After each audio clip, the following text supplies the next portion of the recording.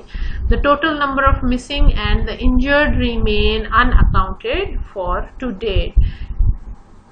جو لوگ لاپتہ ہو گئے، لاپتہ کا مطلب یہ ہے بیٹا کہ جب زلزلہ آتا ہے، اللہ ہم سب کو محفوظ رکھے، اس میں بہت سارے لوگ عمارتوں کے نیچے دب جاتے ہیں. بعض دفعہ وہ ملتے ہیں، بعض دفعہ نہیں ملتے. کوئی زلزلے کی شدت سے دریا کے کنارے عمارتیں ہیں تو وہ دریا میں بہہ گئے، ان کا پتہ ہی نہیں چل سکا. اور اسی طرح جو زخمی تھے وہ بھی بہت زیادہ تعداد میں تھے، اور ان کی تعداد ابھی تک معلوم نہیں ہو سکی. ان اکاؤنٹڈ کا مطلب ہے ابھی تک نہیں گنی جا سکی. فار ٹو ڈیٹ کا مطلب ہے آج تک، یعنی جب یہ ایسے لکھا جا رہا تھا، جب یہ ایسے لکھنے والے نے لکھا اس تاریخ تک ان کی تعداد معلوم نہیں تھی، اور ابھی تک بھی معلوم نہیں ہے. The whole nation united to help their affected brethren. پوری کی پوری قوم اس موقع پر متحد ہو گئی. یونائٹڈ کا مطلب ہے متحد ہو جانا. افیکٹڈ جو متاثر لوگ ہیں، زلزلے سے جو متاثرہ لوگ تھے، اپنے ان بھائیوں کی مدد، بردرن بھائی، ان کی مدد کرنے کے لیے جمع ہو گئی. People and governments from all over the world offered their help. لوگوں نے اور دنیا کی دوسری حکومتوں نے بھی، دوسرے ملکوں نے بھی اپنی مدد کی پیشکش کی. ایڈ ارائیو، مختلف قسموں کی امداد آئی. Especially Saudi Arabia, UAE، Turkey, Japan, US and UK were in the forefront in rescue operations and rehabilitation processes. مختلف ملکوں سے امداد آئی، خاص طور پر سعودی عربیہ. UAE کیا ہے بچوں؟ یونائٹڈ، U سے یونائٹڈ، A سے عرب اور E سے ایمریٹس. اس کو اردو میں کہتے ہیں متحدہ عرب امارات. ٹھیک ہے، یونائٹڈ عرب ایمریٹس. ٹرکی یعنی کہ ترکی، جاپان. US یعنی کہ United States of America. US جب لفظ انگلش میں استعمال ہو کیپٹل فارم میں تو اس کا مطلب ہوتا ہے امریکہ. UK کا مطلب ہے یونائٹڈ کنگڈم یعنی برٹن، برطانیہ. یہ سارے ممالک جو تھے یہ مدد کرنے والے آپریشنز میں، ریسکیو آپریشنز کون سے ہوتے ہیں جن میں زخمیوں کو ہسپتال پہنچایا جائے، جو زخمی عمارت کے نیچے پھنسے ہوئے ہیں، کہیں زلزلے میں ان کے اوپر سامان گرا ہوا ہے، ان کو نکالا جائے اور ان کو ہاسپٹل پہنچایا جائے. اور ریہیبلیٹیشن پروسیس کیا ہوتا ہے؟ ریہیبلیٹیشن یہ ہوتا ہے کہ ظاہر ہے اب لوگوں کے اگر گھر گر گئے ہیں اور بہت بڑے پیمانے پر لوگوں کے گھر گر گئے تھے تو اب ان کے لیے کوئی اور رہنے کی جگہ بنانا، چاہے وہ کوئی خیمہ بستی ہو، چاہے وہ کوئی کیمپس ہوں، چاہے وہ کوئی عارضی طور پر کسی اسکول میں ان کا بندوبست کیا جائے. تو ظاہر ہے جو لوگ زندہ بچ گئے ہیں، اور یہ اکتوبر کا مہینہ تھا، ٹھنڈ شروع ہو چکی تھی، کشمیر میں ویسے بھی ٹھنڈ ہوتی ہے، تو وہاں پر ضروری تھا کہ ان لوگوں کے لیے کوئی رہنے کی جگہ بنائی جائے. تو ریہیبلیٹیشن کا مطلب ہے کہ جو متاثرہ لوگ ہیں، جو زلزلے میں پہلے ہی بے گھر ہو گئے ہیں، ان کے لیے کوئی دوبارہ رہنے کا بندوبست کیا جائے. The damage was so immense that the long time rivalry of India and Pakistan was forgotten for the moment, and the Indians came in from across the line of control for help. نقصان اتنا شدید تھا، immense، بہت شدید، کہ جو India اور پاکستان کے درمیان عرصے سے آپ کو معلوم ہے کہ مقابلہ، ریفٹ اور تھوڑی سی دشمنی بھی چلتی ہے، اس دشمنی کو بھی وقتی طور پر دونوں ملکوں نے بھلا دیا. اور چونکہ کشمیر بالکل بارڈر پر ہے اور اس کی سرحد انڈیا کے ساتھ ملتی ہے، تو وہاں سے کچھ انڈین لوگ بھی مسلمانوں کی مدد کرنے کے لیے، پاکستان کی مدد کرنے کے لیے اس طرف آئے.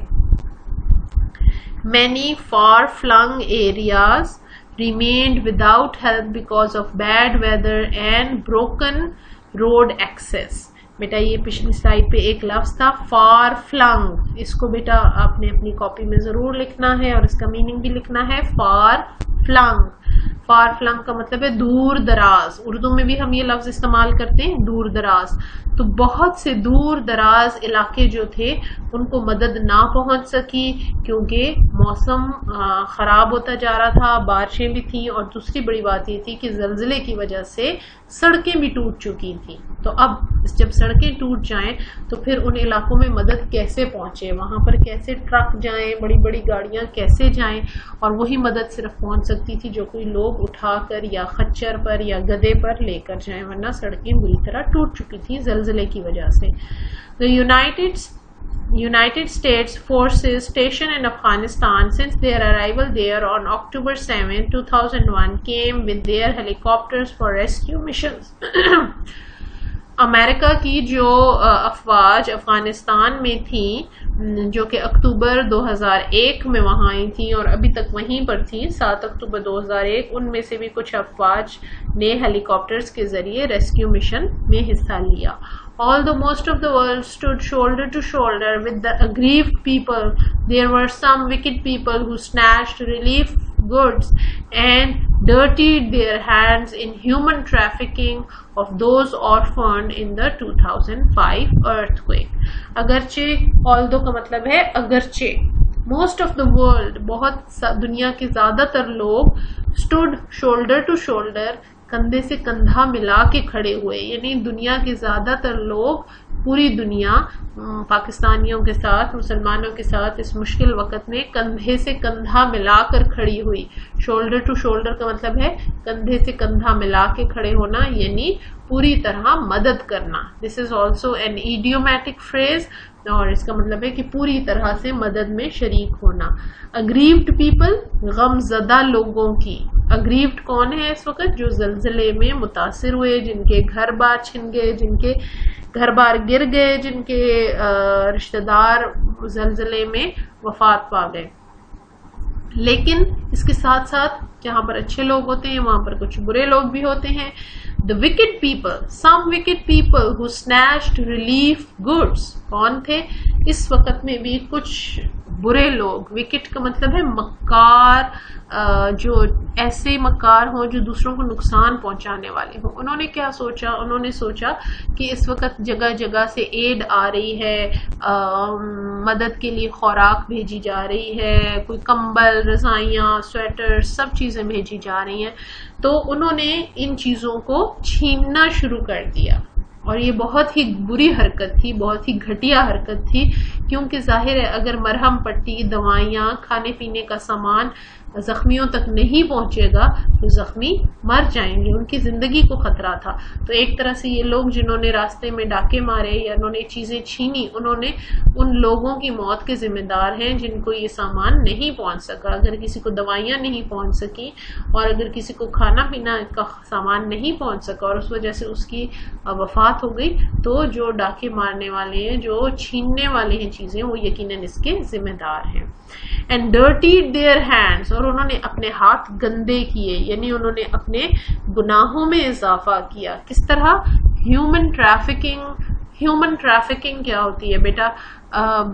بعض دفعہ لوگ اس بری حرکت میں شامل ہوتے ہیں کہ وہ چھوٹے بچوں کو خاص طور پر اغوا کر لیتے ہیں ایسے موقع پر جبکہ کسی کو پتہ نہیں ہے. اگر گھر پورا گر گیا ہے, ماں باپ گھر میں خود دب گئے ہیں یا وہ فوت ہو گئے ہیں اور چھوٹے بچے باہر کھیل رہے تھے, تو اب ان کو کوئی پوچھنے والا نہیں ہے. انہوں نے ایسے موقع پر چھوٹے چھوٹے بچوں کو اغوا کیا اور ان کو باہر لے گئے یا مختلف جگہوں پر ان کو کاموں پہ لگا دیا, اور بجائے اس کے کہ ان بچوں کو اپنے رشتہ داروں کے پاس چھوڑتے ان کو اغوا کر لیا. آرفنڈ کا مطلب ہے جو کہ یتیم ہو جائے.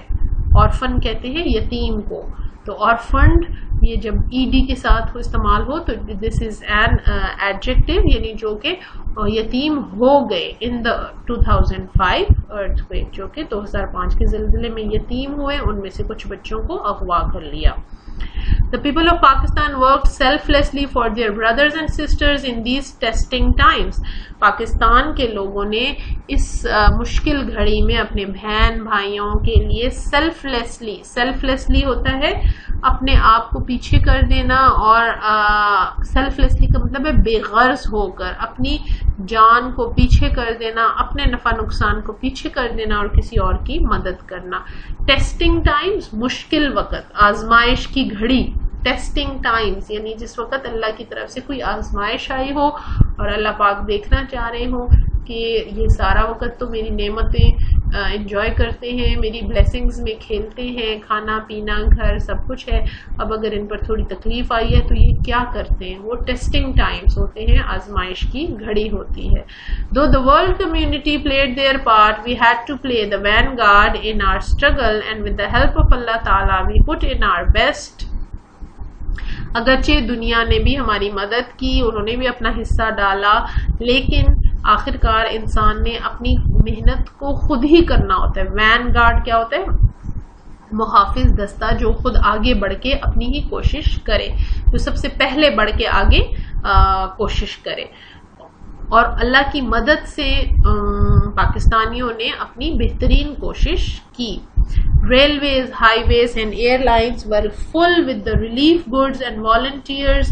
بیٹا آپ لوگ اس وقت بہت چھوٹے تھے، بلکہ شاید پیدا ہی نہیں ہوئے ہوں گے، لیکن اس وقت اتنی زیادہ سامان چیزیں لوگوں نے اپنے گھروں سے، کمبل، رضائیاں، سویٹرز، کھانے پینے کا سامان، راشن، بہت سامان بھیجا. سارے پاکستانی اس موقع پر ایک متحد ہو گئے، اور جو امیر حضرات تھے انہوں نے پیسے کی شکل میں مدد کی، جس سے جو کچھ کوشش ہو سکی. کسی نے دوائیاں خرید کے بھیجی، کسی نے مرہم پٹی کا سامان بھیجا، اس طرح کی بہت سی مدد کی گئی. اور سڑکیں اور ریلوے اور ہوائی جہاز تینوں کے ذریعے سامان آتا رہا.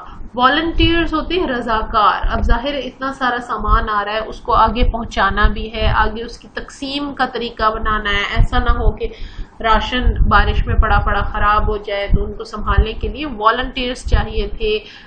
ڈاکٹر حضرات آگے بڑھ کے آئے، انہوں نے زخمیوں کی مفت مرہم پٹی کے لیے وہاں پر گئے، کشمیر گئے، جا کے لوگوں کی مدد کی. with more waiting for their turn back at the stations and the airports. اور ایسا ہی نہیں تھا کہ صرف والنٹیئرز تھوڑے گئے ہوں، بلکہ کچھ لوگ جاتے تھے، وہ ہفتہ 2 ہفتے وہاں پہ کام کرتے تھے.